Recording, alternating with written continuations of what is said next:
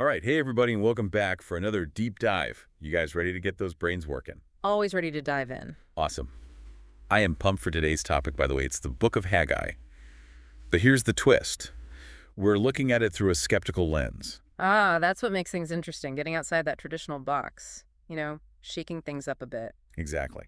Our source today provides a secular analysis of Haggai, which basically means we're going beyond faith-based interpretations. It's all about understanding the social context, Yeah, you know, those deeper layers. right. And that can change how we see these ancient texts. Okay, so first, a little background for anyone who needs a refresher.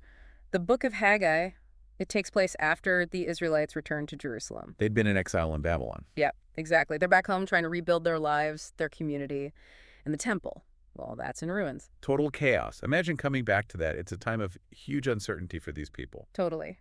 And into this picture walks Haggai, a prophet, and he's got a message from God for the people. And that message is, Build the temple. Like, that's priority number one. Drop everything else and focus on that. interesting. So God's more concerned with fancy architecture than the people struggling to eat. Yeah, that's what our source is pointing out. Like, is that really ethical? Yeah. God's up there demanding a five-star temple when people are barely surviving. I mean, it does make you think about those divine priorities. Our source even goes on to question, this whole idea of God as the architect. Wait, hold up. How do you even question that? Like, are we supposed to be looking for God's signature on some ancient blueprints?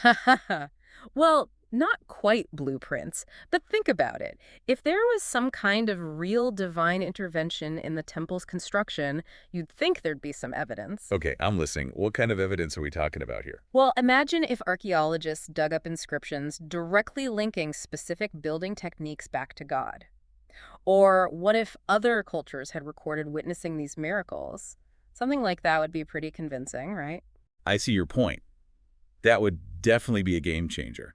But what we have instead is this narrative attributing everything to God's will. Exactly. And our source suggests that this might have been more about motivating the people. It's a powerful message, right? God wants this temple, so get to work. It's kind of like, hey, you're back from exile, things are rough, but if you build this temple, you'll be back in God's good graces. It's a pretty clever strategy.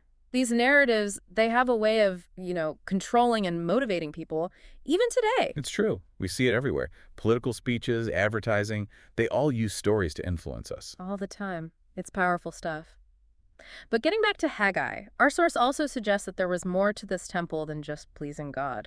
So it wasn't all about divine brownie points. Maybe not entirely. Think about it. These people had been through a lot, uprooted from their homeland, their traditions disrupted. Years of exile, it can really mess with your sense of self. Absolutely. So rebuilding the temple, the very heart of their religious and cultural life, it becomes a powerful symbol.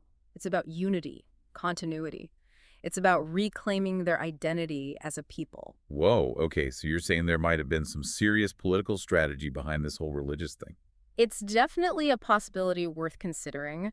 Our source is really pushing us to look deeper, to ask why these stories were created and how they functioned in that historical context. I love it. It's like peeling back the layers of an onion. You never know what you're going to find. Ah, Speaking of digging deeper, the source also mentions a Dr. Bo Bennett and his work on critical thinking. oh, he's brilliant. His work provides a ton of tools and techniques for analyzing any type of persuasive communication, from religious texts to political speeches to even marketing campaigns. So it could actually help us break down these types of narratives. Totally. It's all about learning to identify assumptions, biases, logical fallacies, basically sharpening your mental filters so you can see things more clearly. It's like giving your brain a workout, right? Getting those critical thinking muscles pumped. Exactly. This has been so eye-opening. We've looked at the Book of Haggai through a skeptical lens, questioned divine priorities, explored the power of narratives, and even touched on the potential for political maneuvering. And whether you're coming at this from a place of faith or skepticism,